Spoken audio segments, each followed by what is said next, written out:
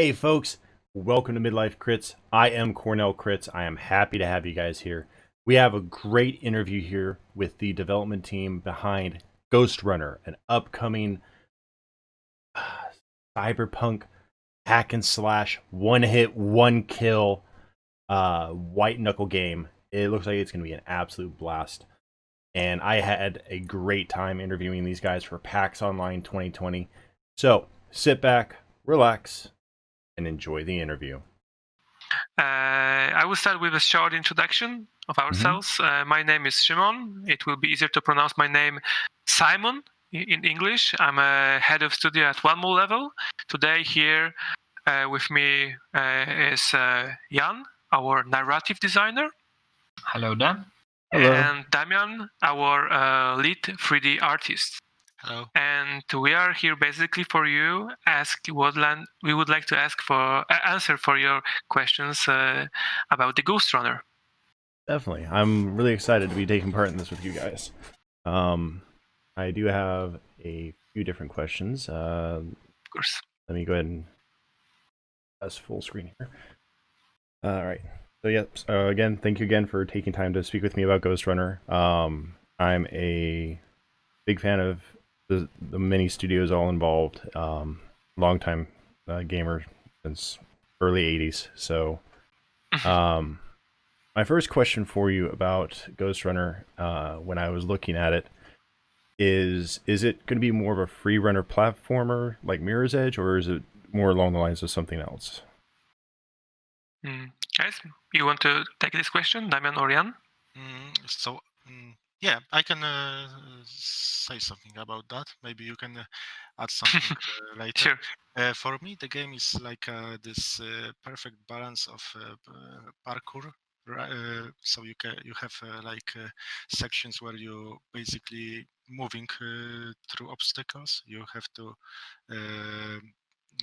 show your skills in platforming, and also you have sections that are more focused on combat, and there are sections that will combine those two different approaches, where you have to mix and match all the skills you learn through the game.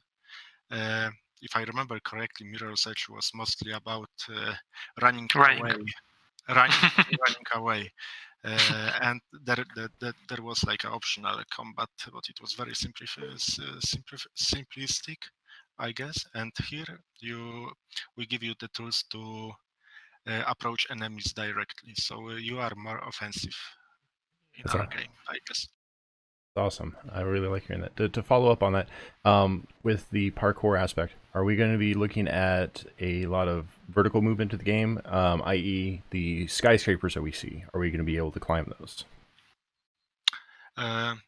Not necessarily skyscrapers, but definitely there is vertical movement, and there are tools that will enable you. If you play the demo or watch it, you have like a grappling hook, and that's implemented into the level design throughout all game, and in a different shape and form. Excellent. And also, what maybe Jan can tell you about that. The whole story is kind of about the climbing. Yeah. Climbing up the tower is basically the prevalent motif throughout the story and throughout the level. So there's a lot of that. Okay. A lot of climbing, both literal and metaphorical as well. Yeah. It's all about starting at the bottom and reaching the top. All right.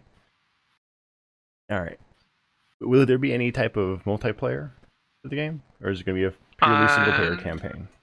Yeah, it's purely single-player campaign, purely single-player experience, and yeah, this is our goal now.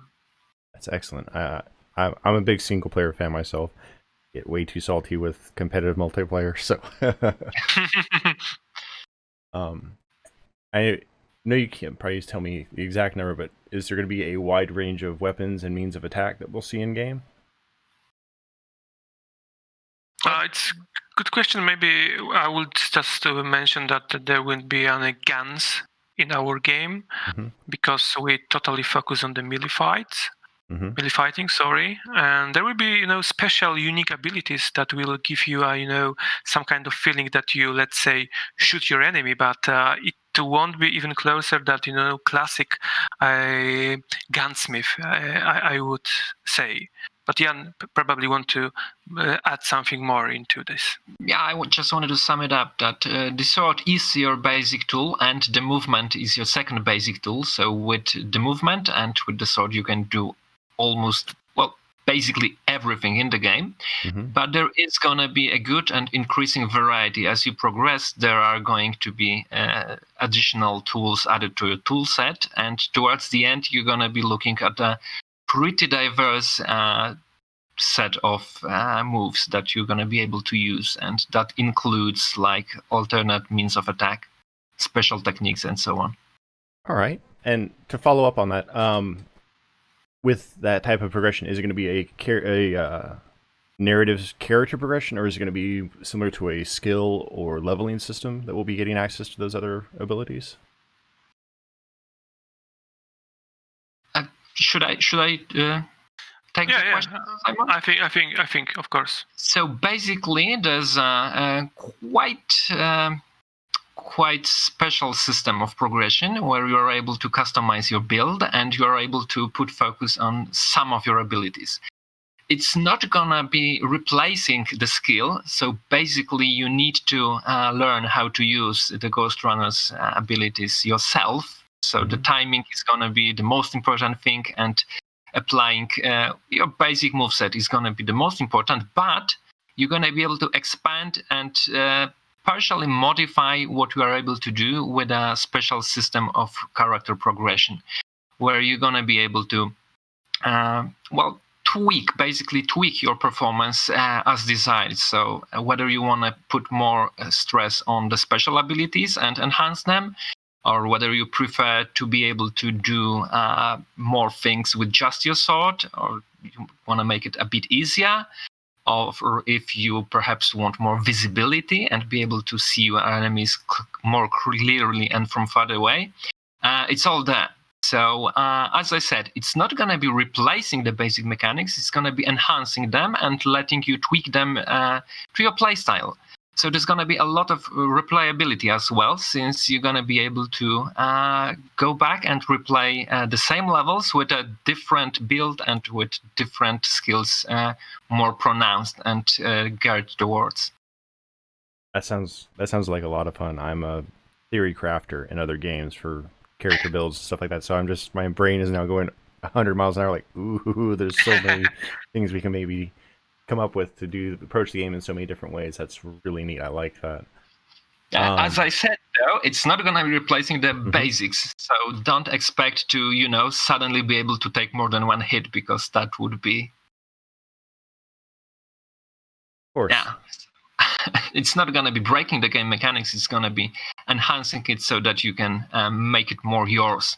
Yeah, and that's super exciting to me. Is that player agency, that player customization? That's really nice. All right, I had a question about some of the inspirations or thoughts behind the visual aesthetic of the game setting. Sure. Some of the architecture and stuff. As a film nut and a film student, I see some visual similarities to stuff like Blade Runner and the like. Where did your design approach come from visually? Yeah, obviously we are huge fans of movies like Blade Runner. We love Ghost in the Shell and all the. And I guess we considered all the cyberpunk genre creations as a base for our inspiration. However, we also have very talented visual design team, and they come up with a lot of original art that later inspired creation of the level art and 3D assets. So it's a mix of inspiration and a lot of creative freedom we had. There's also a lot of experimentations. We have plenty of test levels where we tried different visual styles, different types of lighting, to find like the sweet spot that will let us create this cool background for the story, but also will support the gameplay itself. So as you can see, we have like huge part of the visuals is the fog and kind of this heavy atmosphere. So I guess that would be something we directly borrowed from the design of Blade Runner, for example. We love those kind of movies. And that's probably one of the reasons why we chose this kind of a genre. I'm looking here at the game stream here, and it's stunning what you guys have developed and come up with this. Now, I'm looking here at the platform with being able to control certain I'm guessing drones. Is hacking, as in that going into that cyberpunk aesthetic, is that going to be a portion of the toolset later on in the game? Shall I take the question? Yeah, of course. Okay, so yeah, hacking is present in the game in a couple of different ways because, I don't want to go too deep into the story right now, but there is this cyber void, and this is virtual reality that permeates the tower and that binds all of its system together. And this is a place that we're going to be visiting in person. Like the Ghostrunner, being a cyborg, is able to interact with the cyber void, so with the network, with his mind, and basically whenever he's there, it's a visualization for him. So it's not a mini game. It's not just a process that's being shown in the real world. He's actually there in the network, and he's doing things to get through security, to unlock things. So this is one kind of hacking through visiting Cyber Void in person. And also hacking is in the game, in the real world, in lesser capacity as a tool to move around. So sometimes there are interactive pieces of terrain that you're able to move or interact with in order to solve a puzzle or just move forward. So basically, that's the way to do it. There is a couple of different kinds of elements that you are able to affect with this skill, with this just impromptu on-the-run hacking. And it makes the levels more interactive, more interesting, and it requires you to think on your feet. For example, when you're jumping and midair, you realize that the billboard you're flying towards is facing the wrong side, and you're going to fall, and then you need to hack it in midair to turn it and to land it on it safely. That's awesome. I see many fellow content creators and streamers having panic moments live on screen when they realize that. Yeah, you are totally correct. You know, when we happened to me many times. Yeah, definitely. When we published at the beginning of May the public demo of the Ghostrunner, we have seen so many videos, mostly from the speedrunners. Then they are particularly testing our game. They're looking for some scouts that they give them opportunity to make some points much faster, and it was a lot of fun. The reaction that they were instantly killed. I think that this game will definitely look very good and work very good for the content creators, because the flexibility, the approach to each stage, each difficulty is pretty amazing here, and you can test yourself, and you can ask your viewers, okay, what if I do something like that? What if I use the skills? What if I trying to go that way? And I think that will work very, very, very well. I have to admit, I'm super excited to get my hands on this as soon as I can and try it out. It looks like a lot of fun. Now, in the combat, I'm looking at it, and I'm curious, is there going to be different ways to swing your sword? Are you going to have to try and circumvent blocks and such like that, or other attacks by using different arcing slashes or stuff like that? Is there going to be like actual detailed sword play of parrying and using thrusts and riposts and stuff like that? Sure. Damian, maybe you would like to take this question. Sure. Sword is a main tool of destruction, or rather killing the enemies in the game. And the difficulty when it comes to the combat with different types of enemy those not come from the kind of amount of the health of the enemy, because all of the enemies are one hit to kill. Same with you. So basically, all the challenge is about the way you get to the enemy, and in some cases this is multiplied by the different types of enemies you encounter in a single arena. Let's call it like that. So you kill enemies basically in one hit. So but there are exceptions to that. We have enemies that can block your strikes. Also, you can what you can do is reflect incoming projectiles from the enemies, right? So you can use their own weapon against them in some cases, and certain enemies will require you to get correct angle on them. And in the gameplay, you see in the background there are places where enemies are covered by force field, which will require you to complete some platforming section first to give yourself a chance to kill the enemies. Awesome. Yeah, this I have some buddies that are gonna love this game that I'm definitely going to be raving to them when I can about it. And all right, I have about 3 questions left. My next question is: was the approach to the game of a gameplay first, or focusing on the narrative? Jan, would you like to answer for this question? I can take it. Yeah, you can start, and then I will add my perspective.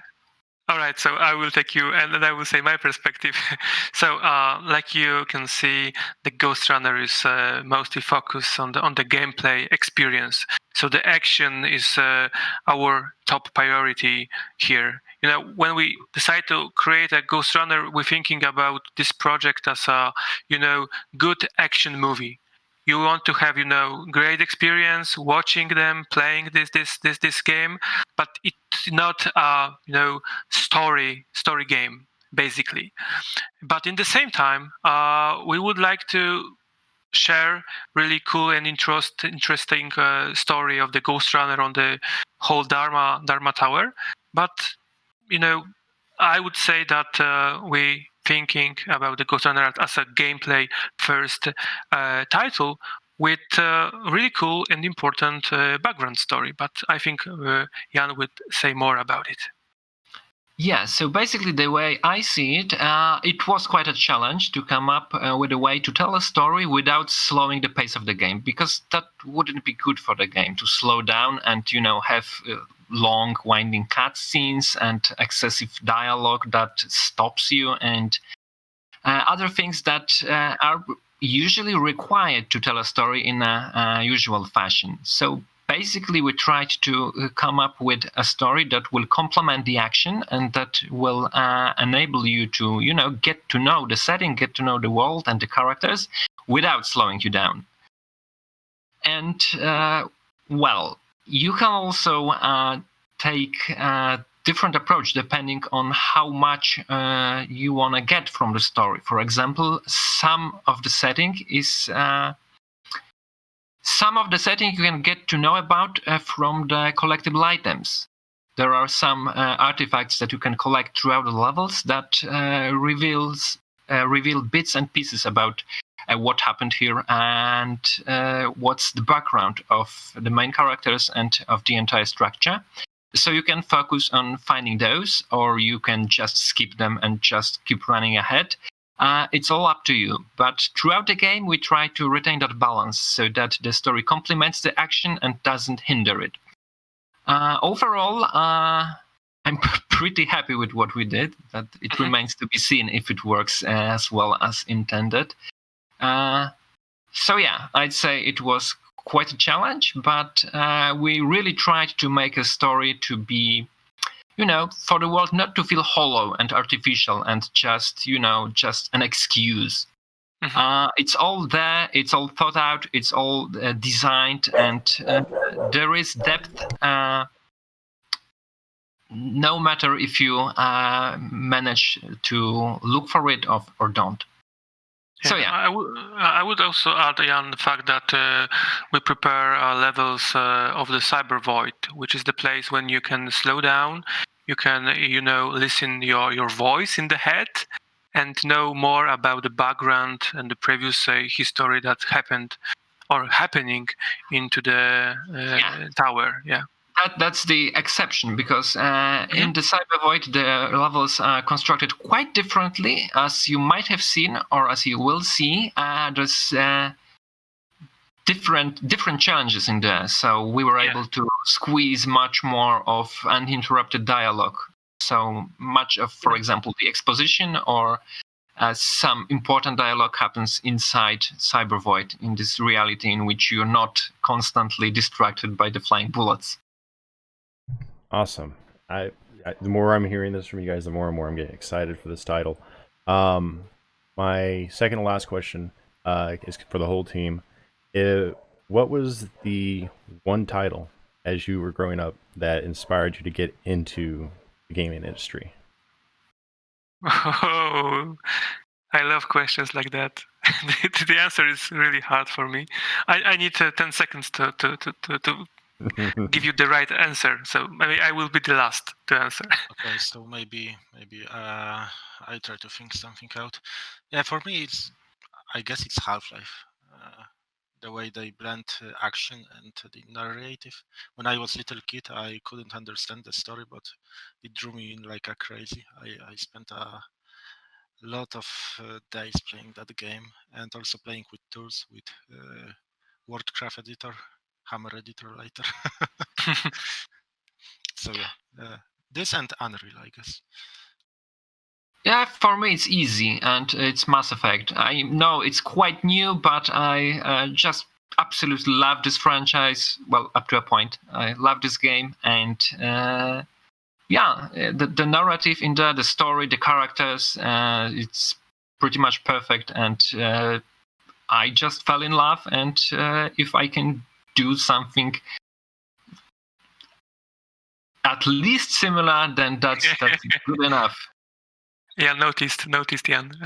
So I would say that it will be the Doom, the first and original Doom. I decide to sell my Amiga 600 to buy old and slow PC just to play this game. I was very, very young, and I shouldn't play this game because it has a lot of, let's say, violence. But I truly love the experience of fighting against the demons from hell. So I'm very close with this series since today. Of course, Doom Eternal are my favorite game from the last months. But the first Doom is the reason that I decide that I want to be a part of game industry. That is awesome. I love hearing that from all of you guys, and such a wide variety of games at that too. And I'll be fair and answer it myself. For me, as a film student and as a gamer, it was Ocarina of Time. Was my main thing because of the gameplay, because of it just sucked you into that world, and it just really inspired me that way. So your game, it looks like a lot of fun. I cannot wait to get my hands on it. My last question for you guys is, if there is a definitive date, when will the game be released and on what platforms, and where can my audience find you guys? Sure, game will be released definitely this year. I hope in the next couple of days, weeks, we will be able to share more details about it. About the platform's questions, I would say that it will be PC, Xbox One, and PlayStation 4. But if you'd like to spread the word about the Ghostrunner and let people know more about this game, I would like to invite you to beta program registration. You should join our Discord server and fill the short document. And our community members, managers, maybe will pick you to give an extra early access for the Ghostrunner earlier than the others. And if you don't win, let's say, you will have an occasion to play the Ghostrunner public demo on the end of September, of course, this year. So there is so many options to see the Ghostrunner in next days or weeks. And like I said, we definitely release this game this year. Awesome. And yes, I would love to throw my hat in the ring for that beta, and I look forward to the public demo as well.